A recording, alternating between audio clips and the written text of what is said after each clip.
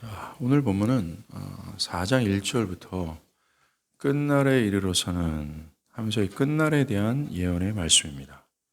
여기서 말하는 끝날이란 그리스도의 초림 이후의 시대를 가리키는 거예요. 저가 여러분이 지금 살고 있는 교회 시대를 말하고 있는 겁니다. 즉 그리스도께서 2000년 전 십자가에서 성취하신 이 구속의 은혜가 강처럼 흘러가는 은혜의 시절을 끝날이라고 얘기하는 겁니다. 이 끝날의 시대를 예언했던 미가는 머지않아 이 암흑 속에 있는 이스라엘들에게 이 끝날이 곧 임하게 될 거다라고 위로를 하면서 이 끝날에 살아가는 하나님의 백성들이 어떻게 살아가야 되는지를 조언합니다. 결론부터 말씀드리면 그것은 여호와의 통치를 확신하며 우리 하나님 여호와의 이름을 의지하여 행하는 것입니다. 이것이 새해를 맞이한 우리들에게 교훈이 되리라 확신합니다. 자, 모든 사람들은 이 땅에서 어떻게 살아가야 되는가? 지금 무엇을 선택하며 또 어떻게 결정해야 되는가 고민하며 삽니다. 어떤 사람들은 그 시대의 흐름에 따라 그냥 선택하며 결정하며 살아갑니다. 어떤 사람들은 뚜렷한 신념을 가지고 자신의 믿는 바에 따라 선택하고 결정하며 살아갑니다. 그리고 어떤 사람들은 자신이 추구하고 설정한 꿈이 시금석이 되어서 그것에 의하여 또 선택하고 결정하며 살아가죠. 집을 구할 때이든 학교를 진학할 때이든 직장을 얻을 때 결혼을 하고 자녀를 양육할 때 많은 사람들은 내가 이것을 어떻게 해야 되느냐 고민하며 살아갑니다. 이 각각 개인들의 삶이 고민이 매우 다양한 것 같지만 성경은 이것을 매우 단순하게 정의를 합니다. 오늘 본문 전반부에 만민이 각각 자기의 신의 이름을 의지하여 행하되라고 규결될 수 있어요. 즉 하나님 백성이 아닌 자, 그리스도 밖에 있는 자들의 삶의 모습을 하나로 규정하고 있는 것입니다. 즉 사람들이 매우 다양한 기준을 가지고 어떻게 살아야 되는가 고민하지만 이 규결점은 결국 자기 자신이라는 겁니다. 자기 자신에게 이득과 영광을 주는 것이 그 어떤 것이라도 그것이 남들이 다 말하는 어떤 시대 정신이든 그것이 돈이든 어떤 성공이든 그것이 자신에게 이득과 영광을 준다면 그것이 그들이 신이 되어서 그것을 의지하며 행한다는 거죠. 이 북이스라엘이 아수르에게 완전히 멸망당한 후에 이 아수르 제국에 살던 사람들이 북이스라엘 영토로 들어와 함께 거주하며 삽니다. 그때 그 이방인들이 지금껏 자신들이 섬겨왔던 이 우상을 그 땅으로 가지고 오는 거예요. 그때 북이스라엘의 모습을 이렇게 설명을 합니다. 열왕기하 17장 29절입니다. 각 민족이 자기의 신상들을 만들어 사마리아 사람이 지은 여러 산당들에 두되 각 민족이 자기들이 거주한 성읍에서 그렇게 하여 그들이 또 여호와를 경외하여 자기를 위하여 제사를 드리게 하느니라. 하나님을 모르는 이방 사람들이요 자신들이 각각 섬겼던 신들을 이 북이스라엘 땅으로 반입을 하죠. 특별히 여호와를 제사했던 산당에다 그 이방 신상을 넣는 겁니다. 우상 신상을요. 그리고 그뿐만이 아니라 하나님을 모르는 그들이 여호와를 제사했다라고 얘기해요. 그들이 이방 신상을 섬기고 여호와를 섬겼던 이유가 뭐라고 설명합니까? 자기를 위하여라고 얘기하는 겁니다. 즉 그들은 자기의 유익과 영광을 위해서라는 이방 신상이든 우상이든 하나님이든 별것 없이 자기의 유익이 되는 것을 언제든지 섬긴다는 거예요. 모든 사람들이 내가 어떻게 살아가야 되느냐, 무엇을 선택하고 결정해야 되느냐, 그 모든 것의 규결이 결론은 자기를 위하여 자기 자신이 된다고 얘기하는 겁니다. 사랑하는 여러분, 우리가 기억해야 될 것이 이러한 삶의 방식과 형태가 믿는 하나님의 백성이 아닌 하나님 백성이 아닌 자들, 그리스도 밖에 있는 자들의 삶의 형태라고 정의를 하고 있습니다.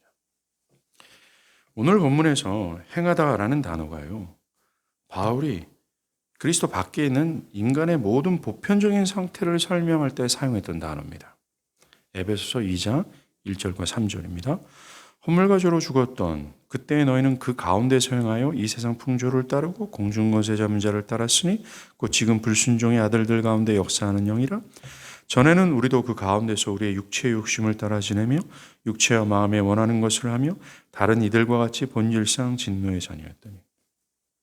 이 본문에서 그 가운데서 행하다라는 말의 뜻은 어떤 방향을 향하여 걸어간다, 삶을 어떤 식으로 살아간다 라는 뜻으로서 오늘 본문에서 말하는 행하다라는 뜻과 일치합니다.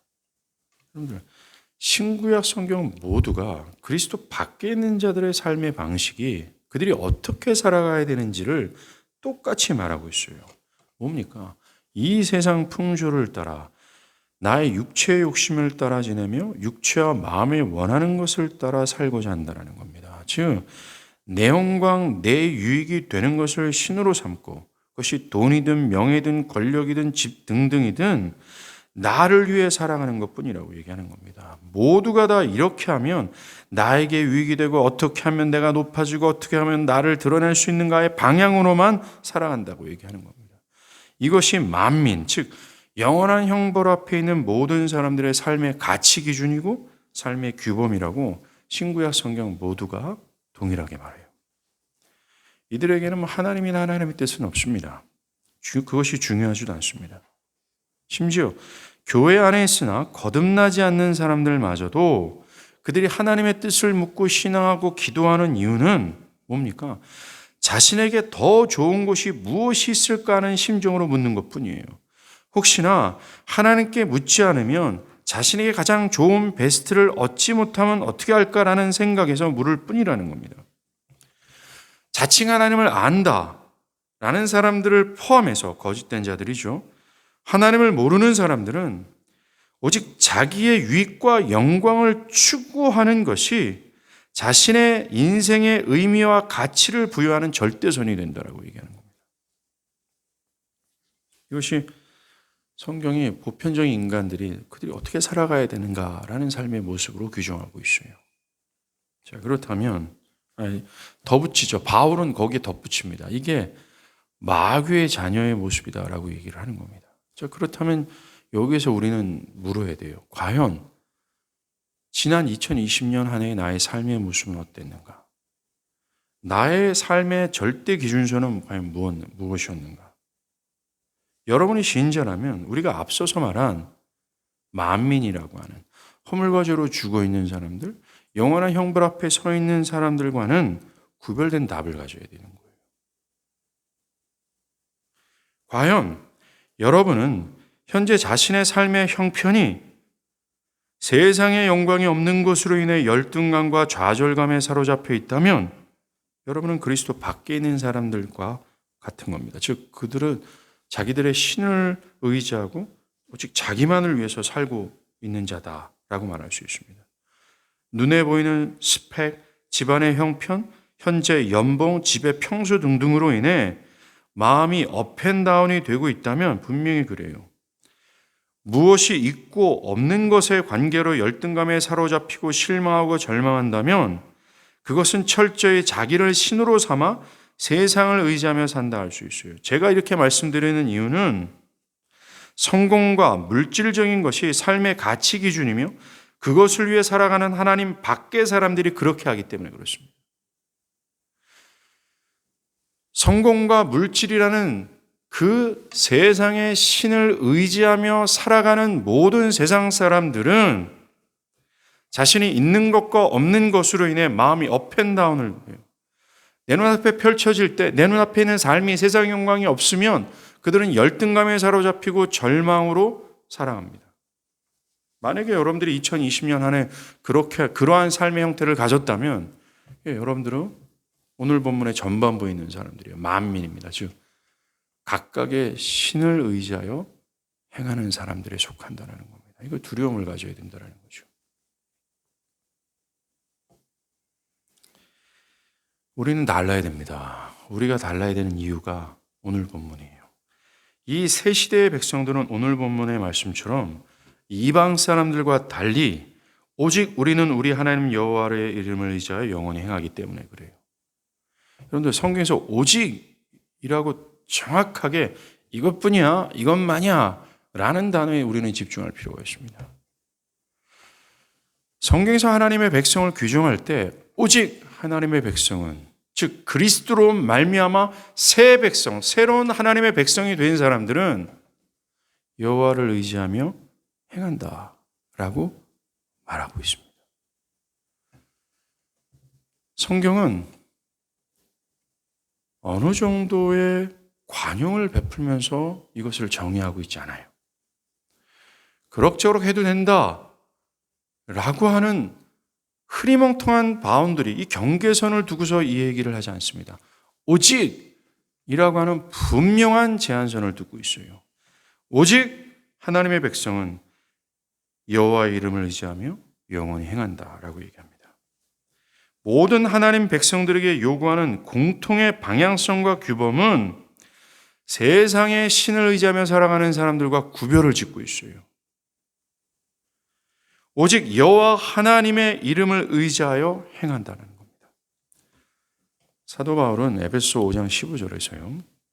믿는 신자들에게 너희가 어떻게 행할지 주의하라 라고 설명합니다. 이 신자들에게 매우 조심해서 살아가라, 주의해서 행하라고 말하는 겁니다. 무슨 주의를 기울이는 것일까요? 그것은 내가 하는 이것이, 내가 선택하고 결정하는 이것이 과연 하나님의 뜻과 부합되는지를 깊이 생각하고 주의하여 선택하고 결정하라고 얘기를 하는 겁니다. 우리는 내가 선택하고 결정하는 이것이 과연 나에게 어느 정도의 유익과 영광으로 다시 되돌아올지를 신중하게 생각해서 결정해야 될 존재들이 아니라고 성경은 이미 설정하고 있어요. 그것들은 세상을 신으로 삼고 행하는 사람들이야, 다른 우상을 의지하며 살아가는 사람들의 삶의 형태와 기준이야 라고 얘기하고 있어요. 이미 우리는 이것을 다뤘습니다. 우리는 이것과 달라야 된다라고 얘기하고 있어요. 내가 선택하고 결정하는 지금, 여러분들이 2020년 안에 연락이 고민하면서 무엇을 선택하고 어떤 것을 결정할까 고민했잖아요. 앞으로도 계속 그렇게 하면서 살 겁니다, 우리는.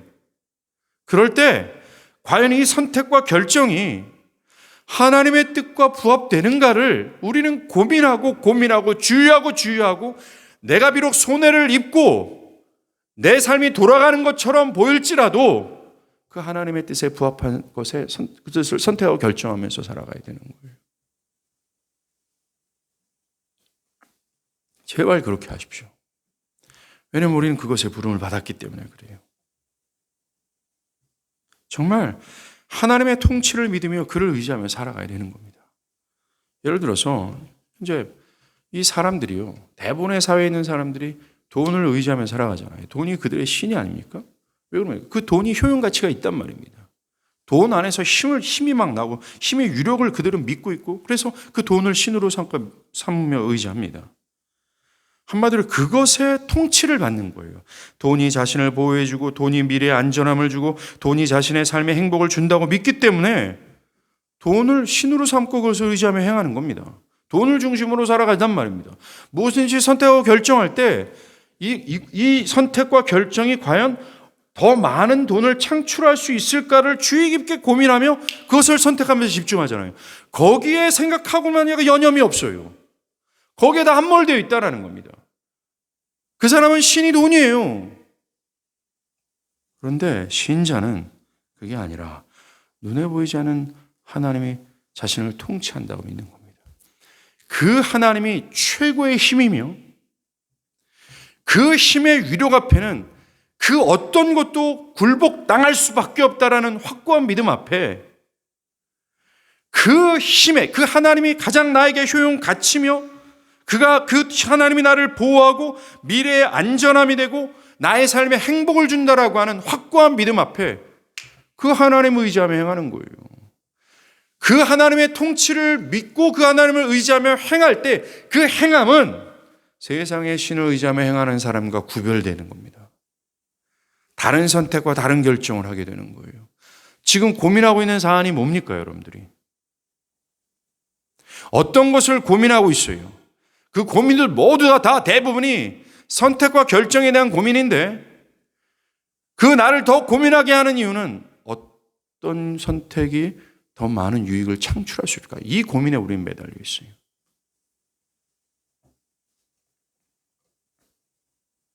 성경은 우리에게 내 유익과 영광만을 창출하고자 하는 이 만민들이 갖고 있는 본성들을 십자가에 못 박고 하나님의 뜻에 부합하며 살아라 라고 얘기하는 겁니다. 즉 하나님 되심을 알고 그분을 의지하며 살아라 라는 얘기죠. 자, 그렇다면 질문이 있죠. 목사님, 지금 모든 사람들이 내 유익, 내 영광만을 추구하며 살아도 헐레벌떡 사는데 이 양육강식의 이 사회 속에서 과연 목사님이 방금 말한 것처럼 살아간다면 살아남을 수 있겠습니까? 그것이 가능한 일입니까? 라는 질문을 하게 되죠. 여러분들, 그것의 답이 오늘 본문이 그리스도로 말미암아 주어진 새 나라를 두고 하신 약속과 매일 같이 지금 우리가 뭘 다루고 있냐면 그리스도 안에서 도래한 새 시대를 살아가는 새 백성에 관한 얘기거든요. 신자는 먼저 그리스도 안에서 이 세상과는 구별된 삶을 살도록 하나님이 선택하셨어요. 그리스도 안에서 세상과는 구별된 삶을 살도록 택하셨다라는 겁니다. 태초에. 지금 방금 말한 이것을 위하여 우리를 하나님이 택하셨어요. 그리고 그리스도의 피로 우리를 구속하신 목적 또한 지금 이 세상 사람들이 살아가는 삶의 형태와 방향과 가치 기준과 다른 자로 살아가도록 우리를 그리스도의 피로 구속하셨다는 겁니다. 허물과자로 죽었던 우리를 하나님의 탁월하신 능력으로 살리신 이유도 똑같아요. 하나님을 따를 수도 없고 하나님을 향할 생각조차 안 하는 오직 나만을 추구하고 내 유익과 영광만을 구하는 방향으로만 살아가는 존재를 하나님을 위해 살도록 변화시킨 이유가 세상과는 구별된 방향과 삶의 태도를 갖게 하기 위하여 그렇게 하셨다는 겁니다. 그것을 위해서 성령께서는 새로운 성향과 새로운 의지를 우리 가운데 심으셨어요. 어떤 상황 속에서도 하나님은 나를 생존케 하신다는 확고한 믿음 속에서 살아가도록 우리를 새롭게 창조하셨다는 겁니다. 그리스도 안에서. 그러하게 우리는 이 오늘 본문의 전반부에서 얘기하는 각자의 신을 의지하며 살아가는 이 죄와 허물로 죽은 사람들과 구별된 삶을 살아갈 수밖에 없어요. 더 적극적인 이유를 말하자면, 즉 우리가 이 세상 사람들이 내가 어떻게 살아가나 이런 그들이 추구하는 어떤 삶의 방향과 전혀 다른 이 구별된 삶을 살아갈 수 있는 이유는 우리가 지난 주일에 잠시 나눈 이 성령의 충만과 관련이 있어요.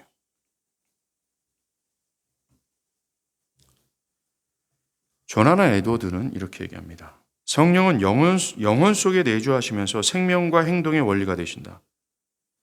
이것은 새로운 본성이요 신적인 본성이다. 영혼의 본질이 변화됨으로 신적인 빛을 받아들인다. 신적인 것들이 이제는 탁월하고 아름답고 영광스럽게 보인다. 영혼이 다른 영적인 상태에 있을 때는 그렇게 보이지 않았다. 하나님의 성령의 첫 번째 활동은 신적인 기질이 발휘되는 것이고 두 번째 활동은 영적인 이해 혹은 마음의 감각이 영적인 것들에 대한 영원한 영광의 탁월함을 지각함에 있다. 이것은 의지의 어떠한 타당한 행동보다 앞섭니다. 여러분들, 성령은 신자가 회심한 동시에 내주하시죠. 마음에. 그리고 그 안에서 활동하십니다. 그래서 에드워즈가 얘기한 것처럼 하나님과 하나님과 관련된 모든 것이 가장 탁월하게 보이게 하세요. 그리고 상대적으로 이 세상의 모든 영광이 배설물처럼 여겨. 이 세상에 있는 모든 것들은 의지할 만한 것이 아닌 썩은 동아줄이다라고 느끼게 한다는 겁니다. 가장 확고하고 영원무궁하며 가장 힘있고 가장 아치 있고 아름다운 그 하나님의 영광을 눈에 보이게 하세요. 성령은. 그 하나님의 가장 뛰어난 영광을 보는 것 즉시 와우 하고 놀라며 내가 지금까지 가장 영광스럽게 봤던 세상의 모든, 이 세상의 영역 안에 있는 모든 것, 돈을 비롯한 그 모든 것이 썩은 동아줄이구나. 이거 매달려 살아갔다가는 떨어져 죽을 수밖에 없구나 라고 하면서 우리를 참된 이성으로 만들어주며 참된 판단과 선택을 그제서야 하게 되는 거예요. 뭘로요? 성령으로 말미암아 하는 겁니다. 정말 우리가 성령 충만하지 않으면 술 취한 상태와 똑같아요. 술 취하면 모든 것을 마비 상태로 모든 선택과 결정을 흐리멍텅하게 만듭니다.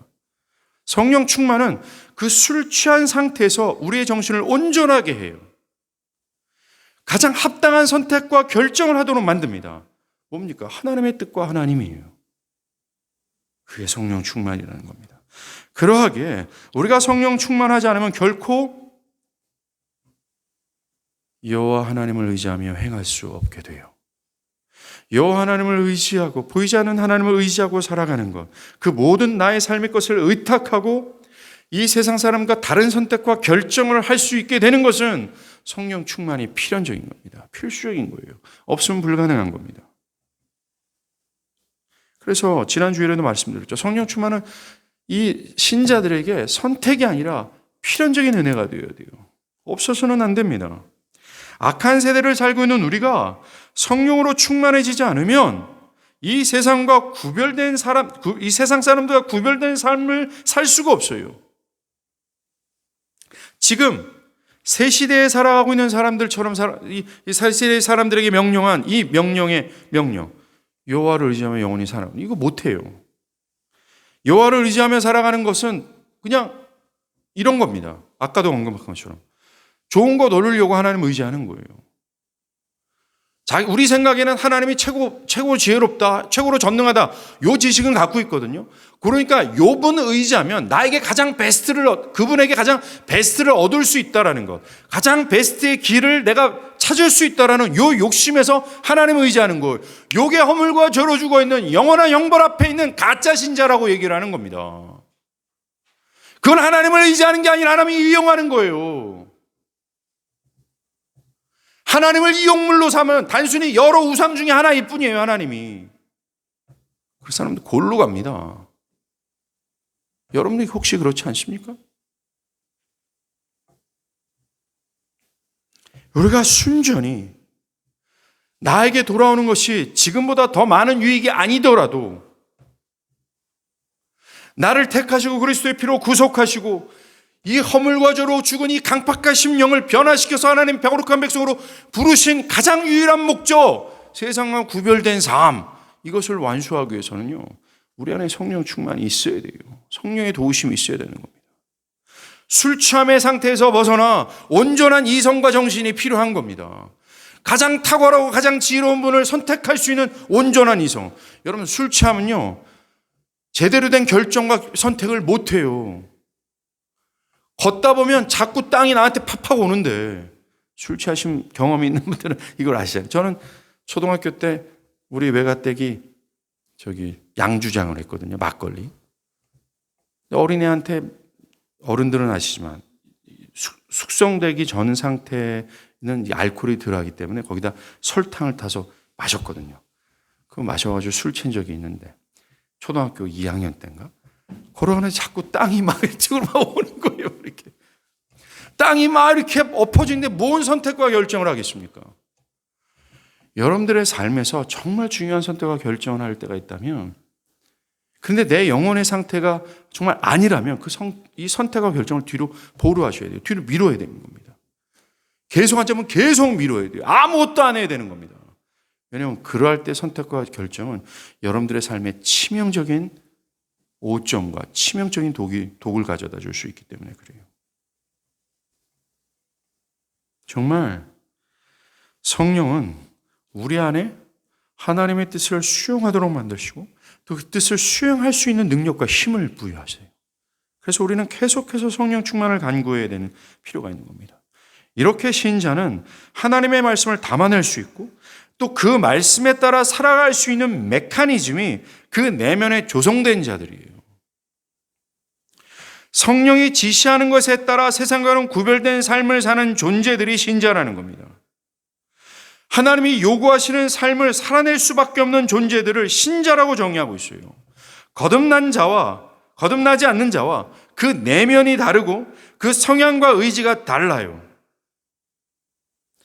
진리를 위해 자신의 인생 전체를 기꺼이 드리고 싶어하는 열망이 그들 안에 있고 그 진리를 위해서라면 죽음도 마다하지 않을 정도의 열정을 갖고 있는 자가 신자예요. 여러분들, 우리가 아까 오직이란 단어를 우리가 기억해야 됩니다. 성경은 신자를 정의할 때 그냥 흐리멍텅하게 정의지 않아요. 오직 이것만이다 라고 얘기하는 겁니다.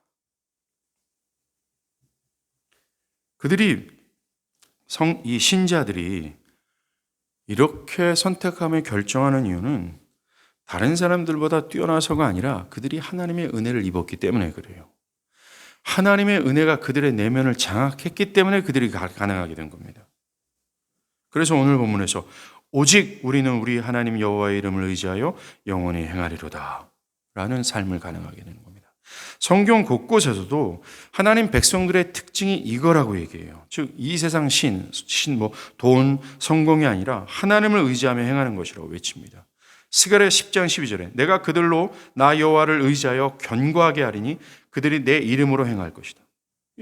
하나님 백성의 정의를 하나님을 의지하는 자들이라고 얘기하는 겁니다. 여기까지만 봐도요. 왜 신자가 구별된 삶을 살 수밖에 없는지를 이해할 수 있습니다. 정말로 세상과 구별되는 삶을 사는 것. 아까 전반부에 각각의 신을 의지하며 살아가는 이 세상 사람들과 구별된 삶을 살아갈 수밖에 없는 것이 신자의 필연이에요. 특별히 새 시간을 우리가 앞두고 있죠. 2021년. 우리에게 요구되는 가장 첫 번째 사안이 이겁니다. 하나님을 의지하며 살아가는 것. 그리스도 안에 있는 여러분들에게 필요한 것들이 있다면 이 말씀이 적중할 수 있도록 성령 충만을 간구해야 돼요. 이번 주일에 제가 화두로 던졌잖아요. 성령 충만. 매일 매순간 특별히 중요한 사안을 결정하거나 선택하는 순간에 성령이 내 모든 것을 장악할 수 있도록 간구하고 갈망하고 구해야 되는 거예요. 특별히 내년에는 더 바쁜 일상을 보낼 것 같은 분들이라면 더욱 성령 충만을 간구해야 됩니다. 내년에는 내 영혼이 더 힘을 잃고 더 좌절하고 절망할 것 같은 느낌을 받는다면 더욱 성령 충만을 간구해야 되고, 내년에 더 중요한 어떤 업무나 중요한 어떤 계획을 갖고 있어서 내 신앙이 뒤로 조금씩 물러날 것 같은 입장에 서 있는 여러분들이 있다면 더욱 성령 충만을 간구해야 돼요. 즉 술참의 상태를 떠나고 온전한 이성과 건강한 정신, 그것이 성령 충만이 만들어버리거든요. 그걸 간구하셔야 돼요. 자, 그럼 구체적으로 우리가 어떻게 행해야 되는가 살펴보요. 그의 답은 아까 계속 여호와의 이름을 의지하여 영원히 행하는 겁니다. 여러분들, 여호와의 이름을 의지해야 한다라는 뭘까요? 그것은 여호와의 이름과 명성에서 드러난 하나님의 위대하심을 믿고 그분을 의지하며 사는 것을 의미합니다. 이런 유대인 전통에서요, 이름은 단순히 호칭이 아니라 그의 존재를 말해주는 겁니다. 하나님의 이름과 타이틀은 하나님의 성품들과 능력을 보여줘요. 예를 들어서 하나님의 이름 중 엘로힘이 있죠. 이 엘로힘이란 창조의 하나님이란 뜻이에요. 또 엘리온, 천지의 주인, 여호와는 이레 하면 친히 준비하시는 주님, 여호와 니시 하면 우리의 승리가 되시는 하나님이란 뜻이에요.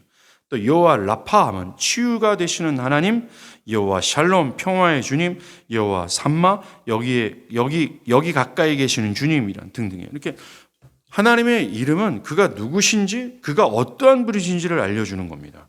만약 여러분이 하나님의 이름 뒤에 있는 그분의 성품, 그 하나님의 이름이 계시해 주는 그분의 존재를 정확하게 안다면 시편 9편 10절에 나오는 고백을 할 수 있어요.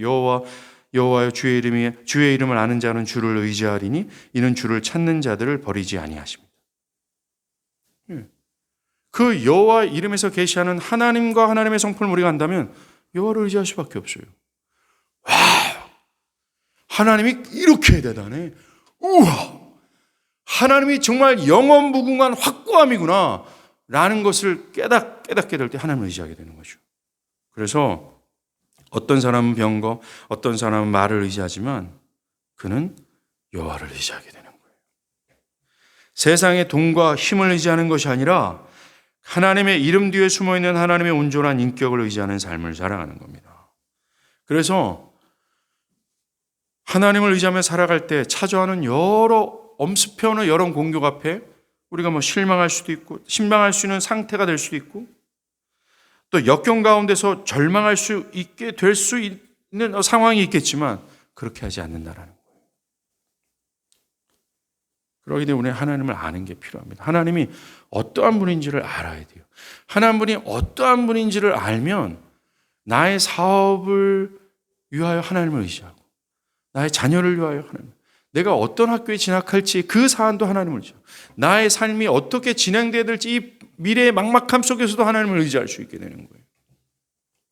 공부하는 학생도 하나님을 의지하게 되는 겁니다. 하나님의 하나님 되심을 진짜 알면 여러분들 이거 하나님을 의지하면서 한다는 것이 내가 하나님을 의지하면서 살면 내가 요구하는 어떤 혜택을 이룰 수 있다. 이런 계산으로 하나님을 의지하는 것이 아닙니다.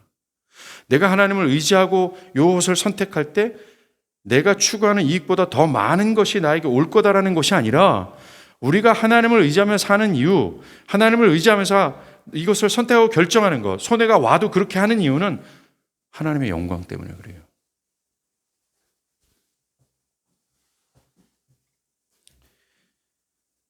바울은요, 새해를 앞둔 우리에게 하나님을 의지하기 위한 구체적인 디렉션을 에베소 5장 15절 16절에서 줍니다.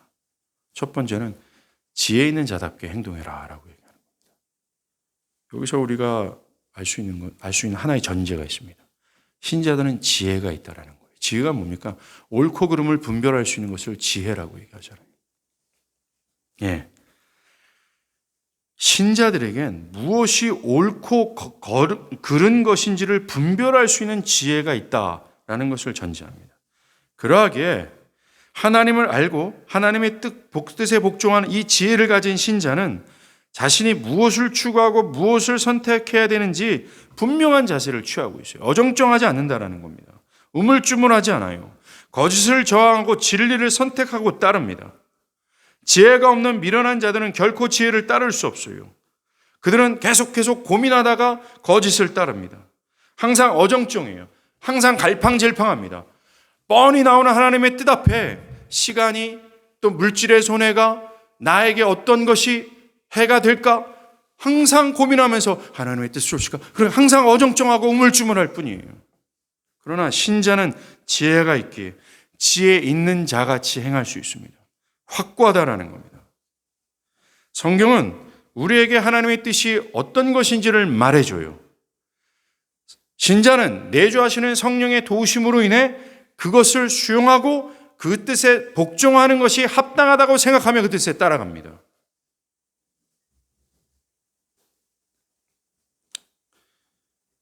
이어서 바울은 두 번째로 어떻게 살아가야 되는가에 대한 답을 줍니다. 한마디로 대가를 지불하면서까지 지혜롭게 살아가라고 얘기하는 겁니다. 여러분들 우리가 하나님의 영광을 위해 선택하며 결정하며 살잖아요. 하나님을 의지하며 살잖아요. 그럴 때 우리 안에 콕 들어오는 두려움이 있습니다. 손해보면 어떡할까? 내가 이렇게 할 경우에 어떤 부정적인 요소가 기다리면 어떡할까? 이것 때문에 우리는 우물쭈물한단 말입니다. 그때 바울은 확고한 디렉션입니다. 대가를 지불하면서까지 지혜롭게 살아라라고 얘기하는 겁니다. 이 얘기를 할 때 바울은 우리가 대가를 지불하면서까지 지혜롭게 살아가야 될 이유를 설명해요. 세월이 악하기 때문에 그래요. 때가 악하기 때문에. 때가 악하다라는 것은요, 우리가 살아가는 때와 사회적 분위기가 이 하나님의 뜻에 따라 살아갈 수 없는 분위기라는 뜻입니다. 하나님의 뜻에 순종하지 못하게 하는 어떤 중압감이 있다는 것이죠. 여러분들 이 현 시대만이 아닙니다. 창세기 3장 인간이 타락한 이후부터 이 세상은 하나님의 뜻에 살아가는 것이 항상 힘든 분위기였었어요. 나만 홀로 남았거늘 이라고 우리는 절대로 착각하면 안 됩니다. 나는 왜 이렇게 다른 사람들은 평탄한 가운데 하나님 따라가는 것처럼 보이는데 왜 나만 이런 역경 속에서 하나님 따라가야 돼? 라고 생각하는 것이 웃기는 얘기라는 거예요. 이 세상은 인간이 타락한 이래로 하나님의 뜻을 따라가는데 항상 어려운 때였어요. 나뿐만 아니라 모든 사람들이 하나님의 뜻을 쫓는 데 있어서 항상 어려운 상황 가운데 있다라는 겁니다. 나만 힘들다. 이게 마귀의 속삭임이에요. 웃기지 말란 말입니다. 다 어려워요. 다 힘든 역경 앞에 있다라는 겁니다. 좌우에 있는 형제 자매도 내가 하나님 따라가는데 힘들잖아요. 나보다 더 힘든 상황 가운데 있는 사람들이 수두룩하다라는 겁니다.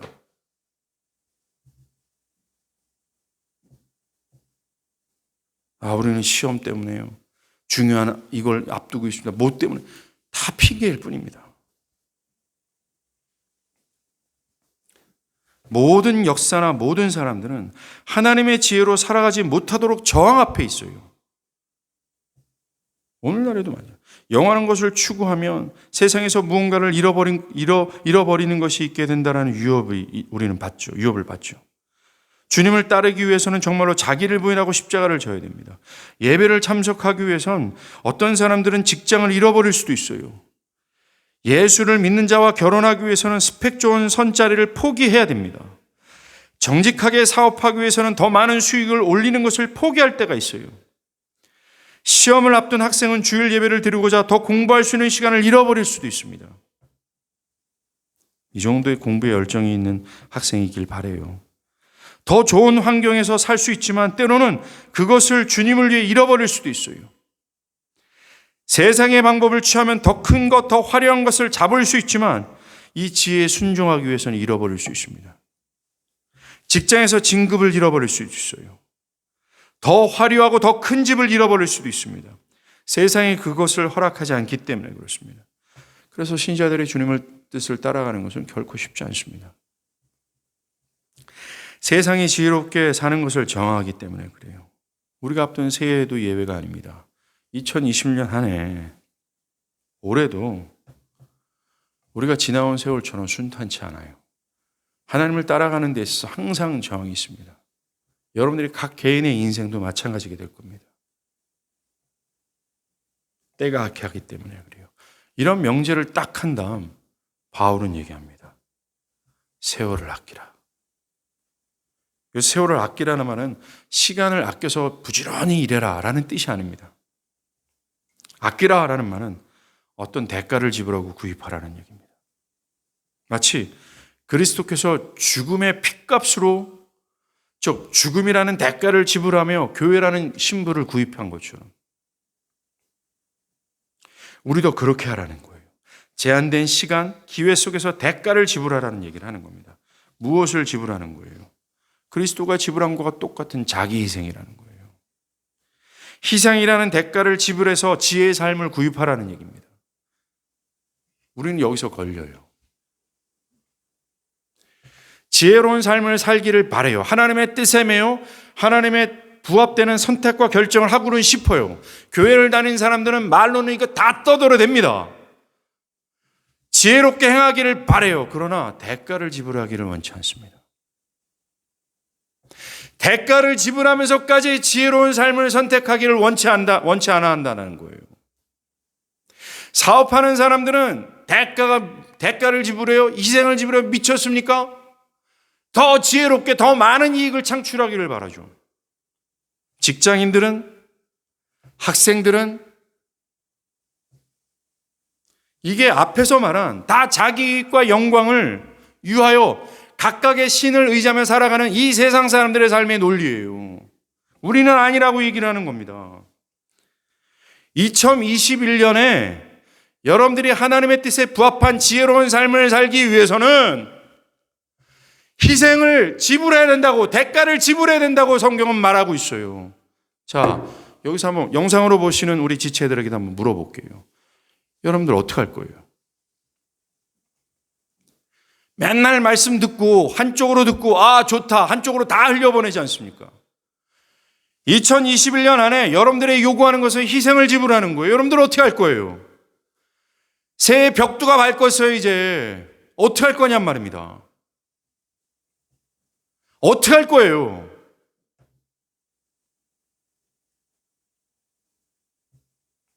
여러분들이 지혜롭게 살기 위해서는 내 물질, 내 선택, 내 방향, 이 세상에서 무언가를 잃어버릴 수 있다는 값을 지불해야 돼요.